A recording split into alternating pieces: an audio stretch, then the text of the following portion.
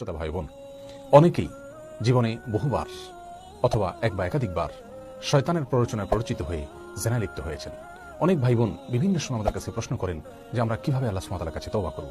আমাদের তওবার জন্য বিশেষ কোনো শর্ত আছে কিনা, যার সঙ্গে জেনা করা হয়েছে তার কাছ থেকে এজন্য ক্ষমা চাইতে হবে কিনা, তার কাছ থেকে মাপ চাইতে হবে কিনা, নাকি শুধুমাত্র আল্লাহ সুবহানাহু ওয়া তাআলার কাছে ইস্তিগফার করলে, মাপ চাইলেই জেনার অপরাধ থেকে আমরা মুক্তি পেতে পারি। প্রিয় দর্শক, সন্দেহ নাই জেনার মতো অপরাধ এর সাজা অত্যন্ত ভয়াবহ। আল্লাহর দৃষ্টিতে এটি এত জঘন্য অপরাধ যে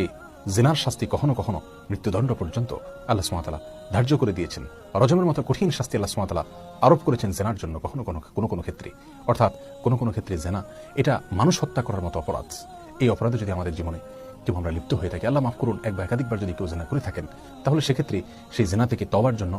অন্য সকল অপরাধ থেকে তওবার যে শর্তগুলো সেগুলোর ক্ষেত্রে প্রযোজ্য। অর্থাৎ এজন্য প্রচন্ডভাবে লজ্জিত হয়ে, অনুতপ্ত হয়ে আল্লাহর কাছে সবসময় লজ্জাশীলতাকে প্রকাশ করে আল্লাহ সুবহানাহু ওয়া তাআলার কাছে মাপ চাইতে হবে, ক্ষমা চাইতে হবে এবং তওবা করতে হবে তওবায়ে নাসুহা, অর্থাৎ খাঁটি তওবা করতে হবে যেন সেই অপরাধে আর জীবনে কখনো ফিরে না যাওয়া হয়। সেজন্য সংকল্প করতে হবে, কঠিনভাবে যদি সংকল্প করা হয় এবং পেছনের গুনাহ থেকে সরে আসা হয়, গুনাহের উপকরণ থেকে এবং আসবাব থেকে, মাধ্যমগুলো থেকে যদি তিনি সরে আসেন এবং আল্লাহর কাছে লজ্জিত হয়ে আগের কৃত অপরাধের জন্য ক্ষমা চেয়ে, মাপ চেয়ে নতুন করে আর কখনো না করার জন্য সংকল্প করেন, দৃঢ়ভাবে প্রতিজ্ঞাবদ্ধ হন, তাহলে ইনশাআল্লাহ জিনার অপরাধ আল্লাহ সুবহানাহু ওয়া তাআলা ক্ষমা করবেন। আল্লাহ সুবহানাহু ওয়া তাআলা কোরআনে কারীমে অত্যন্ত পরিষ্কারভাবে জানিয়েছেন, ইন্নাল্লাহা ইয়াগফিরু যুনুবা জামিআ, এমন কোনো অপরাধ নাই আল্লাহর জমিনে যে বান্দা যদি লজ্জিত হয়ে ফিরে আসে তো আল্লাহ সুবহানাহু ওয়া তাআলা ক্ষমা করবেন না। এমন কোনো অপরাধ নেই। শিরক সবচেয়ে বড় অপরাধ, সেটাও যদি বান্দা তওবা করে আগেকৃত শিরকের জন্য আল্লাহর কাছে লজ্জিত হয়, আল্লাহর কাছে লজ্জিত হয়ে মাপ চেয়ে সে ফিরে আসে আর কখনো করবে না বলে সংকল্প করে, তার ভুল সে বুঝতে পারে, তাহলে আল্লাহ সুবহানাহু ওয়া তাআলা শিরকের মতো অপরাধ পর্যন্ত মাফ করে দেন।